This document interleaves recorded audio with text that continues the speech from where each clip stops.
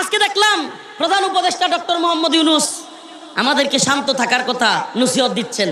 একটু আগে ওনাকে যখন পররাষ্ট্রমন্ত্রী সিঙ্গাপুর থেকে ফোন দিছে যে হাদির অবস্থা সংকটাপন্ন, আসলে রিয়েলিটি হলো এরা জাজ করতে চাচ্ছে যে হাদি নাই। এই খবরটা শুনলে বাংলাদেশের পরিস্থিতি কেমন হবে এটা একটু জাজ করবার চিন্তা করতেছে। এই জন্য আমার মনে হচ্ছে সরাসরি নিউজটা দিচ্ছে না। যদি এমনটা হয়, যারা আমাদেরকে বুদ্ধি দিচ্ছেন যে আপনারা শান্ত থাকুন, আপনারা শক্ত থাকুন, মানসিকভাবে শক্ত হন, এমন একটা নিউজ আসতে পারে, তাদেরকে বলি সাবধান।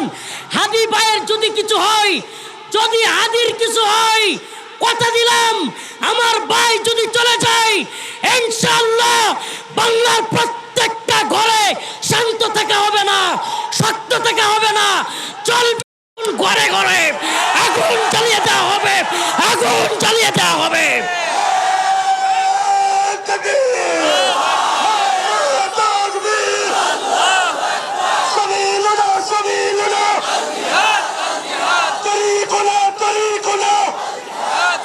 প্রধান উপদেষ্টা সহ সমস্ত উপদেষ্টাদেরকে বলবো, এই মিডিয়ার লোকেরা কোট করো, এখান থেকে বলে যাব হাদি যদি চলে যায় ভারতকে শত্রু রাষ্ট্র ঘোষণা করতে হবে, অন্যথায় উপদেষ্টাগুলোকে ফেলে দেওয়া হবে। বদমাইশদেরকে বলবো, তার দলকে বলবো শত্রু রাষ্ট্র ঘোষণা করতে হবে, ভারতের দূতাবাস বাংলাদেশ থেকে হটিয়ে দিতে হবে, দূতাবাসের প্রত্যেকটা ইট আমরা খুলে নিয়ে আসবো। এদেশের তাওহীদবাদী যুবকদেরকে বলবো, যুবক তৈরি হও, এদেশে ফরজে আইন হয়ে যাচ্ছে, অচিরেই হিন্দুবাদীদের বিরুদ্ধে ফতোয়া আসবে।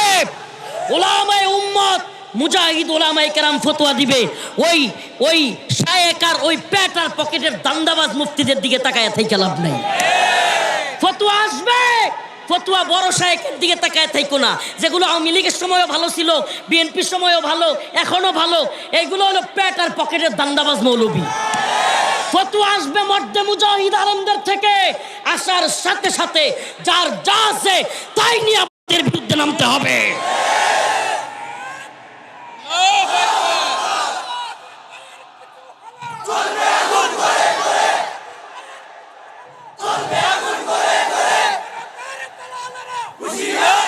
আমরা সুস্পষ্ট বলতে চাই, আমাদের কথা একেবারে সুস্পষ্ট, কলিজায় আগুন জ্বলতেছে। কারণ আরে মেয়ে আজকে হাদি, কালকে রফিকুল ইসলামরা ঠুস করে ছেলে ফেলে দিবে।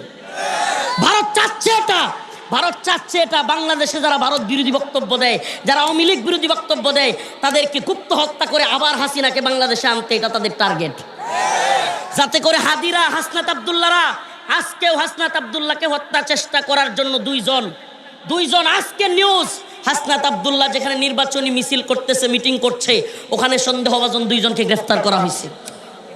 আজকেও সন্দেহভাজন দুই একজনকে আমি আমার আশপাশে ঘুরতে রেখেছি, আমি আমার মাদ্রাসায় ঘুরতে রেখেছি। যখন জুনায়েদ ভাই গিয়েছে সন্দেহ করেছি, ওদেরকে ডাইকা বলেও ফেলছি, কিন্তু ওরা বিষয়টা এড়ায় গেছে।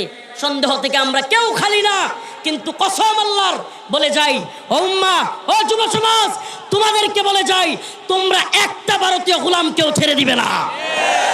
এই অঞ্চলে যতগুলো আওয়ামী লীগের দালালের বাড়িঘর আছে, এখনো ফেসবুকে লেখালেখি করে, প্রত্যেকটাকে পিটায় চামড়া তুলে ফেলবে, প্রত্যেকটার বাড়িঘর ভেঙে গুড়িয়ে দিবে। কোন আওয়ামী দালাল বাটপারের জায়গা বাংলাদেশে হবে না, কোন ভারতের দালালের জায়গা বাংলাদেশে হবে না। যদি কোনো উপদেষ্টা বাধা দেয়, যদি বিএনপি হোক, এনসিপি হোক, জামাত হোক, যে কোনো দল হোক, যদি আমাদের এই আন্দোলন থামায় দেওয়ার চেষ্টা করে, এদেরকেও ভারতের দালাল বলে ঘোষণা করা হবে। বাংলাদেশে ওপেন বলে গেলাম, কথাগুলো কেউ বলবে কি বলবে না জানি না, থাকবো কি থাকবো না তাও জানি না। হিন্দুত্ববাদী ভারত এত বড় রাষ্ট্র, এই সেই করে ফেলবে, গুড়ার ডিম করবে। আল্লাহর জমিন, আল্লাহর গোলামি করি, শহীদ হব, মুসলমান আমরা থামবো না ইনশাআল্লাহ। রাজি আছেন তো ইনশাআল্লাহ? আর যদি আপনারা চুপ থাকেন, আরেকটা গোলামের সরকারের জন্য প্রস্তুত হন।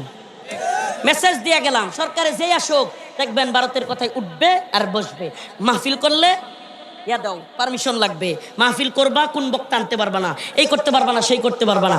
মসজিদে নামাজ পড়বা, ঠিক আছে, মসজিদে ইমাম খতিব বক্তব্য দিতে পারবা না, হবে। আবার বলে গেলাম, যদি গোলামির জিনজিরে আবদ্ধ হইতে চান চুপ থাকেন, আর যদি গোলামির জিন্দিগি না চান, বুঝতেছেন না আপনারা, ভারতের গোলামি যদি না চান, ভারতের গোলামি করতে যদি না চান, তাইলে গর্জে উঠতে হবে। মুসলিম উম্মা, প্রিয় উম্মা, আমরা তোমাদেরকে সতর্ক করবার মতো সময় আর পাবো কিনা, যেহেতু আমাদের ভাই, আমাদের বয়সী, তো খুব বেশি বয়স না, আমাদের বয়সী চলে গেছে, আমরা হয়তো থাকবো না। একটা বাচ্চা রেখে গেছে দুনিয়াতে, ছোট্ট বাচ্চা, আমার ছেলেটার মতো। হয়তো আল্লাহ না করুক আমরাও চলে যাব, কিন্তু চলে যাব ঠিক, কিন্তু আল্লাহর কাবার গিলাফ ধরে ধরে দোয়া করে আসছি উমরায়, আল্লাহ এই হিন্দুত্ববাদী ভারতকে নাস্তানাবুদ না কইরা আমাদেরকে শহীদ কইরেন না, শহীদি মৃত্যু দিয়েন, আয় রব শহীদি মৃত্যু দিয়েন, কিন্তু এই হিন্দুত্ববাদী ভারতকে নাস্তানাবুদ করে তারপরে শহীদি মৃত্যু দিয়েন। ইসাবাতান মিন উম্মতি আহরাজাহুম আল্লাহু মিনান নার, ইসাবাতুন তাগজুল হিন্দা ওয়া ইসাবাতু মা ঈসা ইবনে মারইয়াম। আল্লাহর রাসূল বলেছেন, আমার উম্মতের দুইটা দল কিয়ামতের আগে বড় দুইটা যুদ্ধে শরীক হবে, বড় দুইটা যুদ্ধে শরীক হবে। একটার নাম ইসাবাতুন তাগজুল হিন্দা, যারা গজওয়াতুল হিন্দে শরীক হবে, আল্লাহ পাক যুদ্ধ করবার আগেই তাদেরকে ক্ষমা করার ঘোষণা দিয়েছেন। এই টেনশন আছে? এই মুসলমান তো আমরা তো মুসলমান, বিশ্বাস রাখি না যে শহীদ হলে জান্নাতে যাবো? শহীদ হলে কই যাবো? কথা কয় না, শহীদ হলে কই যাবো? শহীদ হলে যদি জান্নাতে যায়, এই কুরাট টিমের কোন ধরনের সুপার পাওয়ারকে ভয় পায় লাভ আছে? এ আমেরিকা নাকি super power, Bharat super power, Russia super power, চীন সুপার পাওয়ার, এত সুপার পাওয়ার, গুরাট ডিমের সুপার পাওয়ার তালেবানের কাছে গিয়া সবগুলো পিটানি খেয়ে আইছে। যদি মর্দে মুজাহিদ তালেবানের মতো বাংলাদেশেও দাঁড়ায়া যায়, সব সুপার পাওয়ার পিটানি খাবে। সুপার পাওয়ার সির্ফ আল্লাহ, লা ইলাহা ইল্লাল্লাহ। সুপার পাওয়ার সির্ফ আল্লাহ, লা ইলাহা ইল্লাল্লাহ। সুপার পাওয়ার কে? বলেন সুপার পাওয়ার কে? আল্লাহ হলো সুপার পাওয়ার। এই দুনিয়ার কোনো সুপার পাওয়ার নেই। আল্লাহর জমিনে আল্লাহর গোলামি করি, ভয় করব কাকে? তুই বেটা কি এর মাইরা ফেলবি? আল্লাহ বলছে ইদা জা আজালুহুম লা ইস্তাখিরুনা সা ওয়া লা ইস্তাকদিমুন। আল্লাহ না চাইলে এক বিন্দু এদিক সেদিক তুই আমারে মারতে পারবি না, মারতে পারবি না। আমার টাকা ঘোষণা করবি, $50 লক্ষ ঘোষণা করেছিল আফগান মোল্লা সিরাজউদ্দিন হক্কানির কল্লার দাম $50 লক্ষ। ডলার টাকা না, $50 লক্ষ সমান বাংলাদেশি অনেক টাকা। আফগান মোল্লা সিরাজউদ্দিন হক্কানিরে মারতে তো পারেই নাই, কল্লা নিতে তো পারেই নাই, নিজেদের কল্লাগুলো আফগান মোল্লার পায়ের নিচে রাইখা সাইরা দেমা কাইন্দাবাসী বলে বিদায় নিতে হয়েছে। বলতে হয়েছে আমরা আর যুদ্ধ চাই না, শান্তি চাই। আগে বলছিল জঙ্গি, মৌলবাদী, উগ্রবাদী, তালেবান জঙ্গি, সন্ত্রাসী। যাওয়ার সময় কয় তালেবান হলো ফ্রিডম ফাইটার, স্বাধীনতা যোদ্ধা। মার খাইলে সঙ্গী, নীরব থাকলে জঙ্গি। এই কথা বলেন মুজাহিদ, হ্যাঁ যুবক। মার খাইলে সঙ্গী, নীরব থাকলে, চুপ থাকলে জঙ্গি, আর মার দিতে পারলেই সঙ্গী। আগে কইছে জঙ্গি সন্ত্রাসী। ও প্রিয় উম্মা, এটা শুধু এখান থেকে শুরু হয় নাই। আল্লাহ পাক তার নবীকে স্মরণ করায়া দিচ্ছেন, ওয়া ইয ইয়ামকুরু বিকাল্লাযীনা কাফারু। আবারও বলছি ভাই, আমরা এতটা উগ্র ছিলাম না, আমরা এতটা কড়া ছিলাম না, কিন্তু এই দালালেরা, এই খুনিরা, এই আইনাগরের ফেসিস্ট জালেমরা, এই লেডি ফ্রাউনরা বাংলাদেশের থাইকে আলেম ওলামা নির্যাতন করছে, রিমান্ডে নিছে, গুলি কইরা মারছে। বাংলাদেশের থাইকা আলেম ওলামাদের জেলখানায় নিয়ে রাখছে, আয়না ঘরে ফেলায় রাখছে। দেশ বরেণ্য আলেম আল্লামা সাইদি রহিমাহুল্লাহকে কারাগার থেকে হত্যা করে বের করছে। নূর হোসেন কাসিমি রহিমাহুল্লাহকে জানাজাটা পর্যন্ত জাতীয় মসজিদ প্রাঙ্গণে করতে দেয় নাই। এত কিছু করেও তারপরেও ক্ষমতা ছাড়তে চায় না। ছাত্র জনকে গুলি করছে, ছোট ছোট বাচ্চাদেরকে হেলিকপ্টার থেকে গুলি করছে। করছে না করে নাই? করছে না করে নাই? এত কিছু কইরাও এই লেডি ফেরাউন, বেডি ফেরাউন হাসিনার সুখ মিটে নাই, শান্তি মিটে নাই। এখন ভারতে বৈশা থাইকা তার বিরুদ্ধে যারা বাংলাদেশে বক্তব্য দেয়, টাকা দিয়া কিলার বাড়া কইরা গুলি কইরা মারতে চায়। আমি বলি ভাই, ওই যে হুজুররা চুপ থাকছিল, মাদানিরে নিচে বেশি বাইরে গেছিল, কি হয়েছিল? এখন যদি আমরাও চিন্তা করি, হাদি তো বেশি বাইরে গেছিল, হাদির পক্ষে আমরা কেন দাঁড়াবো? আমরা তো নরম টরম মানুষ, আমরা তো চুপচাপ থাকি, আমরা কত ভালো মানুষ। আপনার মাকে, আপনার বোনকে ধর্ষণ করবে কাশ্মীরের মতো, আগামীকালকেই করবে বলে গেলাম। চুপ থাকার অভ্যাস করেন, করতে থাকেন। আপনার ভাইয়েরে কেউ বাড়ি মারলে লেঙ্গি মাইরা দৌড় দেন লাড়ি লইয়া, কিন্তু আল্লাহর জমিনে আল্লাহর দ্বীন ধ্বংস হয়ে যাচ্ছে, উলামায়ে উম্মাহকে শেষ করে দেওয়া হচ্ছে। মর্দে মুজাহিদদেরকে শেষ করে দেওয়া হচ্ছে, এই দেশ জাতির জন্য যারা টেনশন করে তাদেরকে শেষ করে দেওয়া হচ্ছে। আপনি চুপ আছেন? আগামীকালকে আপনার মেয়েকে, আপনার বোনকে, আমার বোনকে, আমার ভাই, আমার মাকে এরা দর্শন করবে।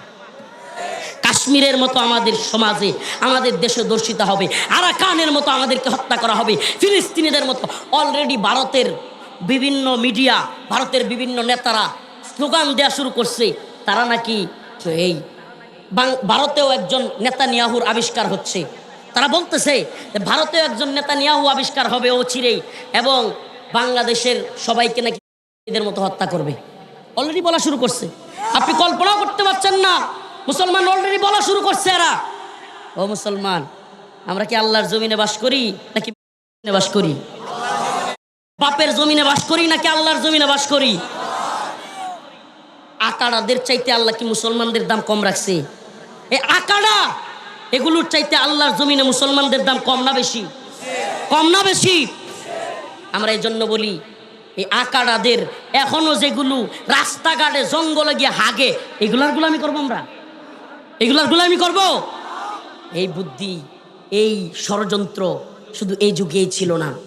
আসলে আমাদের প্রবলেমের জায়গাটা হলো, যেদিন আমার উপরে বিপদ আসে, যেদিন আমি ঝামেলায় পড়ি, সেদিন শুধুমাত্র আমি কান্না করি এবং আমি সজাগ হই, আমি দৌড়াদৌড়ি করি। যতদিন এই বাঙালি নিজের উপরে বিপদ না আসে, ততদিন অন্য কোথায় কি হয়ে গেল, ওই বিপদ আমার উপরেও আসছে কিনা, আসতেছে কিনা, এই খবর আমরা রাখি না, মনেও করি না। আরে তার উপরে হয়েছে আমার কি। কিন্তু এ দেশ 2000-এর উপরে, এই কয়েকটা দিন হইল মাত্র 2000-এর উপরে জীবন দেওয়ার বিনিময়ে আমরা একটা নতুন দেশ পাবো বলে আশা করেছিলাম। যেই দেশে এইভাবে ওপেন খুন খারাপি হবে না, যেই দেশে কোনো ধরনের লুটতরাজ, চাঁদাবাজি, টেন্ডারবাজি, দখলবাজি হবে না, কিংবা মানুষ নিরাপত্তাহীনতায় ভুগবে না। কিন্তু আমরা দেখতে পারলাম না, অল্প কিছুদিনের মধ্যেই আবারও সেই পুরনো শকুনেরা, পুরনো হায়েনারা আমাদের দেশে, আপনাদের দেশে থাবা বসানো শুরু করে দিছে। প্রিয় উপস্থিতি, দেখেন আমাদের বিপদটা আমাদের আজ করতে হবে। প্রথমত আমি আপনাদেরকে বলি, বাংলাদেশের মূল সমস্যা আওয়ামী লীগ না, বাংলাদেশের মূল সমস্যা শেখ হাসিনা না, এই বাংলাদেশ কিংবা এদেশের ইসলামপন্থীদের মূল সমস্যা হলো ভারত। এইটা যে জাতি যত তাড়াতাড়ি বুঝবে, সে জাতি তত তাড়াতাড়ি সফল হবে। যে লোক এখনো বুঝে না যে ভারত আমাদের শত্রু, এর চাইতে বড় বুকার গর্দভ পৃথিবীতে নাই। এজন্য মূল জায়গায় আমাদেরকে যেতে হবে। যে হাসিনা সরে গেছে, আওয়ামী লীগ সরে গেছে, কিন্তু এখনো পর্যন্ত যাদেরকে আওয়ামী লীগ চালাইতো, যারা আওয়ামী লীগকে চালাইতো, যারা হাসিনাকে চালাইতো, এরা সবাই রয়ে গেছে। ওই যারা কিনা এখনো পর্যন্ত গোলামির জিনজিরে পুরা বাংলাদেশকে আবদ্ধ রাখতে চায়, এখনো পর্যন্ত সেই হিন্দুত্ববাদীরা চড়ি ঘোরাচ্ছে। যারাই ওই স্পিকিং পাওয়ার হবে, যারাই ওই ভয়েস পাওয়ার হবে, যারা কিনা কাউকে পরোয়া করবে না, রাষ্ট্র, সরকার, পুলিশ, প্রশাসন, আওয়ামী লীগ, বিএনপি, এনসিপি, জামাত, হেফাজত কিংবা কোনো দলের গোলামি করবে না, সমস্ত দলমতের ঊর্ধ্বে উঠে দেশকে ভালোবেসে, ইসলামকে ভালোবেসে, বেপরোয়াভাবে, কোনো পরোয়াবিহীন আল্লাহর জন্য, দ্বীনের জন্য কথা বলবে কিংবা দেশের পক্ষে কথা বলবে, সেই মানুষগুলোই টার্গেটে পড়তেছে। কথাটা একটু ভালোভাবে বুঝবার চেষ্টা করেন। আমি যে আয়াতে কারিমা তিলাওয়াত করেছি সূরাতুল আনফালের 30 নম্বর আয়াত, সংক্ষিপ্ত সময় কথা বলবো, খুব লম্বা সময় দেওয়ার মতো সুযোগ নাই। খবর আসতেছে আমাদের প্রিয় ভাই উসমান হাদি হয়তো আমাদের মাঝ থেকে বিদায় নেয়ার মতো অবস্থায়, হয়তোবা বিদায় নেয়ার খবরটাও লুকানো হচ্ছে কিনা। আমাদেরকে সিঙ্গাপুর থেকে ফোন দিয়ে বাংলাদেশের প্রধান উপদেষ্টাকে একটু আগে জানানো হয়েছে, হয়তো মিডিয়ার মাধ্যমে আপনারা অনেকে জানতে পারতেছেন। একটু আগেই সিঙ্গাপুরের পররাষ্ট্রমন্ত্রী জানিয়েছে। আমি এই কথাগুলো আজকের প্রোগ্রামে বলতাম না, হুজুর দোয়া চেয়েছেন, আমি এই কথাগুলো এই জন্য আপনাদেরকে বলছি যে সিরিয়ালটা উসমান হাদি দিয়েই শেষ না। এটা মনে রাখবেন, আমার ভাই আবেগে অনেক কথাগুলো বলে ফেলছে, রিয়েলিটি খুব খারাপ। আপনারা মোহনগঞ্জের লোক কখন যাবেন আমাকে ফিরাইতে, কখন ইয়া করবেন, কিংবা দেশের মানুষ কখন যাবে, এর আগে আমাদেরকে হয়তো শেষ করে দেওয়া হবে। রিয়েলিটি বাস্তবতা এত গভীরে এদের চক্রান্ত, যারাই কিনা ওভারটেক করতেছে। আপনি বুঝেন, আপনি মনে করবেন যে এত বড় শায়েক আছে, এত বড় আল্লামা, এত বড় দলের পীর, এত বড় দলের আমির, কিংবা এত বড় দলের লিডার, বিশাল বড় নেতা, বিশাল বড় শায়েক, অমুক তমুক, তাদেরকে কিছু করে না, তাই বাচ্চা পোলাবান গুলো কি বড় কিছু হয়ে গেছে গা? ভাই রিয়েলিটি হলো এই দেশের বড় নেতা, বড় লিডার, বড় পীর, বড় শায়েক গুলো ছাটোকারিতায় আবার এরাও বড়। আপনাদেরকে আমি বুঝাইতে পারবো না। তাদের লিঙ্ক ঠিক আছে, লিয়াজু ঠিক আছে, বড় নেতৃত্ব দিচ্ছে, বড় আসনে আছে, বড় ক্ষমতায় আছে, লিঙ্ক ঠিক আছে। কি লিঙ্কটা? কি? গোলামি। লিঙ্কটা কি? ডিরেক্ট কথা, গোলামি। ইন্ডিয়ার গোলামি, আমেরিকার গোলামি, এক একজন এক এক দেশের গোলামি, এক এক দল এক এক দিকের গোলামি। যেই সমস্ত ছেলেগুলো কারো গোলামি করবে না, কারো কথার তোয়াক্কা করবে না, কাউকে পরোয়া করবে না, এক আল্লাহর জমিনে আল্লাহর পক্ষে কথা বলবে, দেশকে ভালোবাসবে, জাতিকে ভালোবাসবে, তারাই টার্গেটে পড়ে যাবে। তো এই জায়গায় আমাদের কথাগুলো একেবারে ক্লিয়ার। আমি আজকে ওলামায়ে কেরাম আছেন সচেতন, আমি মনে করি আপনারা সচেতন, যেহেতু থানা লেভেলের সদরের মানুষ বেশি, আপনারা এতটুকু সচেতনতা আমি আছে বলে মনে করি। আপনাদের খেয়াল থাকবার কথা, 2021 সাল, কত সাল? 2021 সাল 6 এপ্রিল রাত প্রায় 2টা আমাকে আমার বাড়ি থেকে তুলে নিল র্যাব। 6 এপ্রিল রাত 2টা, 8 তারিখ সম্ভবত রাত্রে তো তুলে নিল র্যাব সদস্যরা। আমাকে একজন গোয়েন্দা সংস্থার লোক জিজ্ঞেস করলো, হুজুর বলেন তো আপনারে কেন সবার আগে আনছি? কথাটা বুঝেন কিন্তু, খেয়াল করেন। আজকের বর্তমান পরিস্থিতির সাথে খুব অতপ্রথভাবে জড়িত এই বিষয়টা। আমাকে প্রশ্ন করলো, আমি একটু না বোঝার বান করে জিজ্ঞেস করলাম, আচ্ছা কি বিষয়টা কি বলেন তো একটু। ডিরেক্ট বলল, আমি জানি আপনারা আমার কথা বিশ্বাস করবেন, কোর্ট করছি, কোর্ট। ডিরেক্ট বলল, হুজুর আপনাকে দইরা আমরা একটু টাচ করলাম, একটু অভিজ্ঞতা নিতে চাইলাম যে হুজুরদের প্রতিক্রিয়া কেমন হয়। আপনাকে টাচ করে দেখলাম যে আপনারে ধরলে প্রতিক্রিয়া কেমন হয়। আপনারে ধরার আগে আমরা বলে দিছি হুজুরদেরকে, বড় বড় হুজুরগুলোকে, যে এ বেশি বেড়ে গেছে, কারো কথা শুনে না, ও তো আপনাদের কথাও শুনে না, এই করে সেই করে, এগুলা বইলা আপনারে ধরছি। কিন্তু আমরা দেখব আপনারা টাচ কইরা। আমি জানি আমার কথা বিশ্বাস করতেছেন, তারপরেও বলি আল্লাহকে সাক্ষী রেখে বলছি, আল্লাহকে সাক্ষী রেখে বলছি। ওই গোয়েন্দা সংস্থার লোক আমাকে একদিন পরেই বলল, হুজুর টাচ করে দেখতেছি, টাচ করে টেস্ট করে দেখছি প্রতিক্রিয়া কেমন হয়।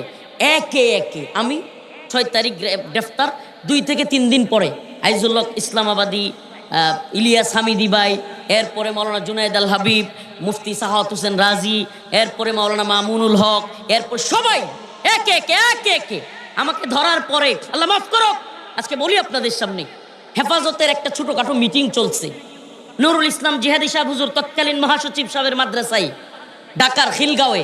ওই মিটিংয়ের মধ্যে হেফাজতের একজন নাইবে আমির উনি বলে বসছে, বেশি বেড়ে গেছিল পোলাটা। কি কয়?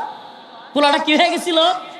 বেশি বেড়ে গেছিল। নাম বলতে চাচ্ছি না, সবাই চিনে ফেলবেন, ওই লোকটাকে খারাপ মনে করবেন, নাম বলার দরকার নেই।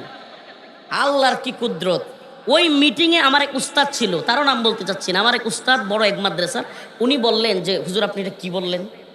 ও যদি ভুলও করে আমাদের ছেলে, ও ভুল করলে আমরা শাসন করব, ওরা ডাইকাই না আমরা কথা বলবো, এই জন্য র্যাব ওরে ধরে নিয়ে আসবে বাড়ি থেকে তুলে নিয়ে, আর আপনি বলবেন যে ও বেশি বেড়ে গেছে। চিন্তা করেন, টাচ করছিল। ওই হুজুর বুঝে নাই, হুজুর বিরাট বড় বক্তা, আবার এক মাদ্রাসার এক মসজিদের বড় মসজিদের খতিব, আর পরিচয় দিলাম না। আল্লাহর কি কুদরত, 20-25 দিন পরে হুজুরের সাথে আমার দেখা। কই জানেন? একবারে ভিতরে, 20 থেকে 25 দিন পরে। তো যারা মনে করতেছেন, এরকম ভাবে মনে করতেছেন, আয়াত আল্লাহ তাআলা স্মরণ করায় দিচ্ছেন আমার রাসূলকে, সুবহানাল্লাহ। আল্লাহ পাক স্মরণ করায় দিচ্ছেন সূরাতুল আনফাল আয়াত নাম্বার 30। আল্লাহ পাক বলেন, ওয়া ইয ইয়ামকুরু বিকাল্লাযীনা কাফারু وَإِذْ يَمْكُرُ بِكَ الَّذِينَ كَفَرُوا لِيُثْبِتُوكَ أَوْ يَقْتُلُوكَ أَوْ يُخْرِجُوكَ وَيَمْكُرُونَ وَيَمْكُرُ اللَّهُ وَاللَّهُ خَيْرُ الْمَاكِرِينَ। আল্লাহ পাক বলেন স্মরণ করুন হে নবী, আপনি স্মরণ করুন যখন আপনার বিরুদ্ধে তারা ষড়যন্ত্র করেছিল। ওয়াইয ইয়ামকুরু বিকাল্লাযীনা কাফারু, কাফেররা যখন আপনার বিরুদ্ধে ষড়যন্ত্র করেছিল, আও ইউসবিতুক, আপনাকে বন্দী করবে, আও ইউখরিজুক, আপনাকে বের করে দিবে, আও ইয়াকতুলুক, আপনাকে হত্যা করবে। স্মরণ করুন সেই দিনগুলোর কথা। একদিন তাইলে আল্লাহর রসুলকেও বন্দী করবার ষড়যন্ত্র, হত্যা করবার ষড়যন্ত্র, আল্লাহর রসুলকে দেশ থেকে বিতাড়িত করবার ষড়যন্ত্র কাফেররা করছিল। করছিল না করে নাই? একটু এই জামানার সাথে মিলায়া দেখেন। প্রথমেই আল্লাহ রসুলের যেই কথাটা আসছে আপনাদেরকে একটু এই আয়াতের একটু শানে নজুল বলি। মক্কায় একটা পার্লামেন্ট বসছে, আমাদের দেশেও যেমন পার্লামেন্ট আছে, কাফেরদের পার্লামেন্ট দারুন নাদওয়া। ওই পার্লামেন্টের ভিতরে আবু জাহেল, উতবা, সাইবা, বড় বড় কাফেরদের লিডারগুলো বসছে। বসার পরে ওই কাফেরদের লিডাররা পরামর্শে বসছে, মুহাম্মদ যেইভাবে বাড়ছে নাউজুবিল্লাহ সাল্লাল্লাহু আলাইহি সাল্লাম, যে তারে থামাইতে হবে, তারে থামানোর বুদ্ধি কি? আসো আমরা সবাই মিলে বুদ্ধি করি, আসো আমরা সবাই মিলে বুদ্ধি করি। একজন আগন্তুক আসলো, বৃদ্ধ, তারা কেউ চিনে না। সবাই জিজ্ঞেস করলো যে আমাদের গুরুত্বপূর্ণ মিটিংয়ে আপনি কে? সে হলো ইবলিস। সে কি? সে কে? ইবলিস। সে বলতেছে আমি নজদ এলাকা থেকে আসছি, নজদি, আমি নজদি এলাকা থেকে আসছি তোমাদের এই পরামর্শ মিটিং করবার জন্য। তখন সবাই তাকে বসাইলো। একজন বলে বসলো যে মুহাম্মদকে কি করা যায়? একজন বলে বসলো মুহাম্মদকে বন্দি করা দরকার। কি করা দরকার? ওই যে মুরব্বী বেশে শয়তান বসছিল, সে উইটা গিয়া বলতেছে এই কিসের বন্দি করা? যদি মুহাম্মদের বন্দি করো, মুহাম্মদ আবার বের হয়ে যাবে, বের হয়ে তোমাদের সবাইকে হত্যা করবে এবং তোমাদের দেশ দখল করে ফেলবে। বুঝতেছেন? মিলতেছে? মিলতেছে? আমাদের ভাই ওসমান হাদি। আবারও বলি, এত কড়া কথা কেন বললাম? এত কড়া কথা কেন বলতেছি? মুসলমান একটু মনোযোগ দিয়ে শুনবেন। আমাদেরকে না হইলে মনে হবে হায়রে হুজুররা কি কয়, আসছে ইসলামিক মাহফিলে, হুজুররা একটু নামাজ রোজার একটু ওয়াজ করবো, আমরা সবাই শুনবো, একটু কান্নু, একটু পরে নামাজে যাবো। আরে ভাই আপনারা নামাজে যান, আমরা নামাজ পড়ি, এটা আমরা সবাই চাই। হুজুর আছেন, অন্যান্য উলামায়ে কেরাম আছেন, এই যে আমাদের জুনাইদ ভাই আছেন, এই দায়িত্ব ওনারা দিছি। সবাই যদি একই ওয়াজ করে, নামাজের আর খবরের হইল এটা? কাউকে না কাউকে তো জিহাদের ওয়াজ করতে হবে, কাউকে না কাউকে তো শাহাদাতের ওয়াজ করতে হবে, কাউকে না কাউকে তো কিতালের ওয়াজ করতে হবে। একই দায়িত্ব সবাই নিলে তো হবে না। যদি কোনো চুলকানি থাকে, হুজুর এগুলো ওয়াজ করেন, তাইলে বুঝবো এর গায়ে চুলকানি আছে। এই চুলকানিওয়ালাদেরকে বলি, যদি যদি আমার হাদি ভাইকে এভাবে শেষ করে দেয়া হয় এবং আমরা চুপ থাকি, যেমন রফিকুল ইসলাম মাদানিকে গ্রেফতার করে শেষ হয় নাই, একে একে শত শত আলেমকে গ্রেফতার করা হয়েছিল। আল্লাহ না করুক ইন্ডিয়া যেই ত্রাসের রাজত্ব বাংলাদেশে কায়েম করতে চাচ্ছে, যদি ভারত হাদি ভাইকে শেষ করার দ্বারা সফল হয়, বাংলাদেশিরা চুপ থাকে, ইনশাআল্লাহ, আল্লাহ না করুক, আল্লাহ মাফ করুক, আল্লাহ মাফ করুক, আল্লাহ না করুক, অচিরেই আরো শুনতে পারবেন অমুক নাই তমুক নাই, কিচ্ছু হবে না, কিচ্ছু হবে না। বলেন আমাকে গ্রেফতার করার পরে কোনো আন্দোলন কেউ করে নাই, পরে শত শতকে ধরছে, আর আন্দোলন হয়েছে? এই আন্দোলন হয়েছে? কোনো আন্দোলন হয় নাই বাংলাদেশে। এটার আর একটা কারণও ছিল, লেডি ফেরাউন, বেডি ফেরাউন হাসিনারে বুদ্ধি দিছিল যে হুজুরদেরকে গ্রেফতার করলে সাধারণ মানুষ রাস্তায় নেমে আসবে, হ্যাঁ আপনার গদি নিয়ে টানাটানি লাগবে। করোনা নাই তবুও কয় লকডাউন। মনে আছে আপনাদের? করোনা নাই। 2021 সালে কিসের করোনা? 18, 19 সালে, 20 সালেই তো করোনা শেষ। এরপরে 21 সালে কোনো করোনা নাই, তবুও 21 সালে হঠাৎ করে এপ্রিল মাসের শুরুর দিকে 3 তারিখ হঠাৎ করে কয় লকডাউন। আমার ভাই, আমার এক বড় ভাই বলছিল এই লকডাউন তো রফিকুল ইসলাম মাদানী আর মামুনুল হক সাহেবকে ধরার লকডাউন। এই লকডাউন দিয়ে আলেম ওলামাদেরকে ধরছিল। সিমটম ভাই খুব ভালোভাবে বোঝার চেষ্টা করবেন প্রিয় বাবারা, মনে কষ্ট নিয়েন না। আমাদের অন্তর থেকে কথাগুলো আসছে, কলিজার অন্তঃস্থল থেকে বলছি, ও প্রিয় উম্মাহ, তোমাদেরকে আমরা ভালোবাসি। আল্লাহি আল্লাহর কসম, ওই বাটপার নেতাদের চাইতে তোমাদেরকে আমরা বেশি ভালোবাসি। পেট আর পকেটের দান্দাবাজরা তোমাদেরকে প্রকৃত ভালোবাসে না। এই জাতিকে আমরা ভালোবাসি, আমরা কোনো ধান্দাবাজির জন্য না। আমরা জানি আমরা এই দুনিয়ায় থাকতে আসি নাই, হয়তো আমাদেরকে শেষ করে দেওয়া হবে, শহীদ করে দেওয়া হবে, কিন্তু তোমাদেরকে সতর্ক করে যায়। রফিকুল ইসলাম মাদানীর গ্রেফতারের পরে যেভাবে চুপ ছিল, চুপ থাকার পরে সব আলেমদেরকে একে একে ধরা হয়েছে। আমার ভাই হাদি যদি শহীদ হয়ে যায় আল্লাহ তার শাহাদাতকে কবুল করুন। যদি শহীদ হয় আল্লাহ তার শাহাদাতকে কি করুন? কবুল করুন। যদি আমার ভাই চলে যায় আর আমরা চুপ থাকি, বিশ্বাস করেন আগামীকালকে একজন, এর পরের দিন আরেকজন, আগামীকালকে হয়তো আল্লাহ না করুক রফিকুল ইসলাম মাদানী, পরের দিন হাসনাত আব্দুল্লাহ, পরের দিন ব্যারিস্টার ফুয়াদ, পরের দিন মাওলানা মামুনুল হক, পরের দিন শায়েখ হারুন ইজহার। এইভাবেই চলতে থাকবে হিন্দুত্ববাদীদের মিশন। আপনারা যতই বলেন, স্লোগান দেন, আমরা দেখছি ভাই পারবেন না, পারবেন না। এই পুলিশ, সেনাবাহিনী, র্যাব, বিজিবি সবাইকে বলি, সবাইকে বলি, গোয়েন্দা সংস্থা, আমি জানি আমার কথাগুলো রেকর্ড করছে, তারাও শুনতেছে, সবাইকে বলি তৈরি হন, দেশ বিরোধী হবেন না, দালালি চাটুকারিতা গোলামি করবেন না। সবাইকে বলি ৭১ যেমন পাকিস্তানিরা আমাদের উপর জুলুম করেছিল, নির্যাতন করেছিল, শুধুমাত্র পুলিশ, সেনাবাহিনী, বর্ডার গার্ড তারা দেশকে রক্ষা করতে পারে নাই, আপামর জনতা পাকিস্তানি জালেমদের বিরুদ্ধে রুখে দাঁড়াইতে হয়েছে। তেমনিভাবে যদি পরিস্থিতি তৈরি হয়, শুধু প্রশাসনের লোকেরা, শুধুমাত্র বিডিআর, সেনাবাহিনী, পুলিশ রক্ষা করতে পারবে না। দেশকে রক্ষা করতে হলে তরুণ প্রজন্মের প্রত্যেকটা যুবককে জিহাদের জন্য তৈরি হইতে হবে। তৈরি আছেন ইনশাআল্লাহ? তৈরি আছেন ইনশাআল্লাহ? আছেন তো ইনশাআল্লাহ? কথার কথা না, এই বয়ান শুনলাম চলে গেলাম না। ইমাম মাহাদির সৈনিকেরা, ইমাম মাহাদির সৈনিকেরা ইমাম মাহদী আলাইহিস সালামের কাফেলায় শরীক হইতে হবে। ইমাম মাহদী আলাইহিস সালামের কাফেলায় শরীক হইতে হবে, গাজওয়াতুল হিন্দে শরীক হইতে হবে। রাজি আছেন ইনশাআল্লাহ? হ্যাঁ যুব সমাজ, তৈরি আছো ইনশাআল্লাহ? ফেসবুক, টিকটক, লাইকি কিংবা বিভিন্ন ধরনের নাউজুবিল্লাহ অবৈধ নারীর পিছনে ঘোরা, ইয়াবা, ফেন্সিডিল, মাদক, এগুলার পিছনে ছুটবা না প্রিয় যুবক, নামাজ ত্যাগ করবা না প্রিয় যুবক ভাই। ইমাম মাহদী আলাইহিস সালামের কাফেলায় ফজর না পড়া লোক থাকতে পারবে? এই ফজরের সালাতে শরীক হয় না এমন যুবক থাকবে? ফজরের নামাজ পড়ো যুবক। প্রিয় ভাইরা আমার, টিকটক, লাইকি, নারীর পিছনে ছুটা, অবৈধ মেলামেশা, গাঁজা খাওয়া, মদ খাওয়া, নাউজুবিল্লাহ সমস্ত বাজে কাজ বাদ দাও। সময়টা খুব দ্রুত ফুরিয়ে আসতেছে, কে কখন চলে যাবে বলা যায় না। যখন হিন্দুত্ববাদীরা আমাদেরকে টার্গেট করতে থাকবে, একের পর এক এদের মিসাইলগুলো ছাড়তে থাকবে, তোমার আমার জীবন হয়তো শেষ হয়ে যাবে। তবে আমার রসুলের একটা ঘোষণা আছে, সুবহানাল্লাহ, আমার রসুল বলেছেন আমার উম্মতের দলটাই বিজয়ী হবে।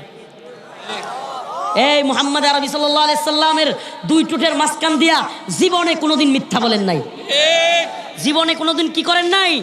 মিথ্যা বলেন নাই। আমার রসুলের দুই টুটের মাঝখান দিয়া, আরে কাফেররা পর্যন্ত আল্লাহ রসুলকে জাদুকর বলতো, পাগল বলতো, কিন্তু জীবনে কোনোদিন আমার রসুলকে মিথ্যাবাদী বলে নাই। আমার রসুলকে আমি, অতএব আমার রসুল বলেছে আমার উম্মতের দলটাই বিজয়ী হবে। কাম মিন ফিয়াতিন কালিলা গালাবাত ফিয়াতান কাসীরাতান বিইذনিল্লাহ। আল্লাহ পাক বলেছেন যদি আল্লাহর উপর আস্থা এবং বিশ্বাস রেখে, আল্লাহর উপর আস্থা এবং বিশ্বাস রেখে সবরের মাধ্যমে কোনো বাহিনী লড়াই করে, কাম মিন ফিয়াতিন কালিলা গালাবাত ফিয়াতান কাসীরাতান বিইذনিল্লাহ, আল্লাহ পাক বড় বড় দলের বিরুদ্ধে ছোট্ট দলকেও বিজয়ী করবেন। বিজয়ী কারা হবে? মুসলমানরা। বিজয়ী কারা হবে? বলেন কারা হবে? আমরা বিজয়ী হব। ও উম্মতে মুসলিমা, আমরা বিজয়ী হব। ভয় পাইতেছেন নাকি? আমরা বলতে ভয় পাই না, আপনারা শুনতে ভয় পান? শুনতে ভয় পাইতেছেন? অন্তর থেকে জ্বলতেছে, এই জন্য বয়ান আমি জানি না ওয়াজ হইতেছে না কি হইতেছে আমি জানি না, আমার জানারও দরকার নাই। আমার ভাই যদি চলে যায়, ওয়াল্লাহি কথা দিলাম কারো কথা শুনবো না, কারো কথা মানবো না। যদি আমরা শহীদ হয়ে যাই, বেপরোয়া হয়ে শহীদ হয়ে যায়, জেনে রাখবেন শহীদ হয়েছে এই উম্মার জন্য, শহীদ হয়েছে এই দ্বীনের জন্য। কথা দিয়ে গেলাম, সময় বেশি নয়, মুখতাসার। আল্লাহ রসুলকে আল্লাহ পাক যেমন স্মরণ করাইয়া দিয়েছিলেন, আপনাদেরকেও আমরা স্মরণ করাইয়া দিলাম। ওয়া ইয ইয়ামকুরু বিকাল্লাযীনা কাফারু লিইউসবিতুক আও ইয়াকতুলুক আও ইউখরিজুক। হে রাসূল, স্মরণ করুন, আপনাকে তারা বন্দী করতে চেয়েছিল ষড়যন্ত্র করে, আপনাকে তারা হত্যা করতে চেয়েছিল তারা ষড়যন্ত্র করে, আপনাকে তারা তাদের দেশ থেকে বের করতে চেয়েছিল ষড়যন্ত্র করে। কিন্তু আপনি জেনে রাখুন, ওয়ায়ামকুরুনা ওয়ায়ামকুরুল্লাহ ওয়াল্লাহু খায়রুল মাকিরিন। জেনে রাখুন, এরা ষড়যন্ত্র করতে পারে, কিন্তু আমি আল্লাহ উত্তম পরিকল্পনাকারী। সুবহানাল্লাহ বলবেন না? আমাদেরকে কারাগারে অনেকে বলতো, হুজুর হাসিনা বাইচা থাকতে আর বের হওয়া লাগবে না, মজা করতো, দুষ্টামি করতো, আমাদের কিনে টিটকারি মারতো। হুজুর হাসিনা বাইচা থাকতে আর বের হওয়া লাগবে না, আল্লাহ হাসিনারে রাইখা বের করছে, আমরা ছিলাম, আমরা দেশে আছি, হাসিনা পালায়া যাইতে বাধ্য হইছে। অতএব সব ক্ষমতার মালিক কে? আল্লাহ। মুসলমান বিশ্বাস করেন তো? ইমানি বিশ্বাস আছে তো? সকল ক্ষমতার মালিক কে? নাকি জনগণ? এই যে ভোটের আগে বাটপাররা কয় সমস্ত ক্ষমতার মালিক জনগণ, সমস্ত ক্ষমতার মালিক কে? আল্লাহ। সেই ক্ষমতায় আমরা বিশ্বাস করি এবং বিশ্বাস রাখি মুসলিমরা বিজয়ী হবে, মুসলিমরা বিজয়ী হবে। ইমাম মাহাদির কাফেলায় আমরা শরীক হব ইনশাআল্লাহ, মড্ডে মুজাহিদদের দলে শরীক হব। এরা যদি আমাদের সাথে ভূমিকায় অবতীর্ণ হয়, আমরাও এদেশে হামাসের ভূমিকায় অবতীর্ণ হব। এরা যদি এদেশে আমাদের উপর কার মতো নির্যাতন চালায়, আমরাও বাংলার জমিনে তালেবানের ভূমিকায় অবতীর্ণ হব। ওপেন ঘোষণা দিলাম, মৌলবাদী বলো, পরোয়া করি না, ইনশাআল্লাহ বাংলা হবে, আমরা হব তালেবান। আমরা কি হব? তালেবান। এই দিনের জন্য, এই ভূখণ্ডের জন্য প্রয়োজনে আমাদের নেত্রকোনার সন্তান, যার নাম না বললেই না, লুৎফুজ্জামান বাবর ভাইয়ের কণ্ঠে কণ্ঠ মিলায় বলতে চাই, যদি বাংলাদেশে ষড়যন্ত্র করো, তোমাদের 7 সিস্টারও থাকবে না, তোমাদের 7 রাজ্য ইনশাআল্লাহ আমরা আলাদা করে দিব। ভারতে আজাদির এক ডাক শুরু হবে। আল্লাহ তাআলা আমাদেরকে কবুল করুক, আমিন। রাজি আছেন তো ইনশাআল্লাহ?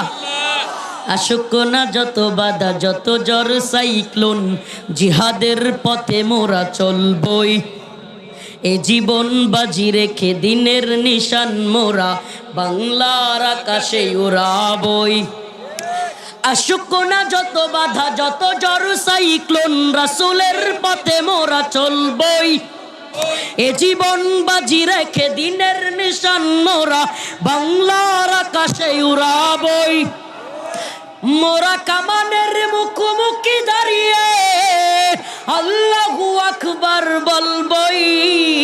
আসুক না যত বাধা, যত জ্বর সাইক্লোন, ইমানের পথে মোরা চলবই, এ জীবন বাজি রেখে দিনের নিশান মোরা বাংলার আকাশে উড়াবই। মোরা কামানের মুখোমুখি দাঁড়িয়ে আল্লাহু আকবার বলবই। আসুক না যত বাধা, যত জ্বর সাইক্লোন, কোরআনের পথে মোরা চলবই।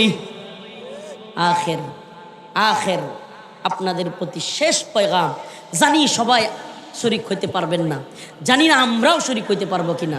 যুব সমাজকে বলি, বুড়ি কমাও। মুসলিম উম্মার যুবকদের ভুঁড়ি থাকতে পারে না, পেট থাকতে পারে না। ব্যায়াম করো, শারীরিক কসরত করো, তৈরি হও, দৌড়াও, প্রতিযোগিতা করো, সাঁতার কাটো, শরীরের ফিটনেস বাড়াও, লাভ দাও, ট্রেনিং নাও। মুসলিম উম্মার যুবকেরা যে কোনো সময় এই ভূখণ্ডের জন্য, এ দেশের জন্য, উম্মার জন্য, দ্বীনের জন্য হাতে অস্ত্র হাতে তুলে নেওয়াও লাগতে পারে। নাসরুম মিনাল্লাহ ওয়া ফাতহুন করিব। আসসালামু আলাইকুম ওয়া রাহমাতুল্লাহ। দেখা হবে ময়দানে, কথা হবে ময়দানে ইনশাআল্লাহ। ছেড়ে যাব না কাউকে।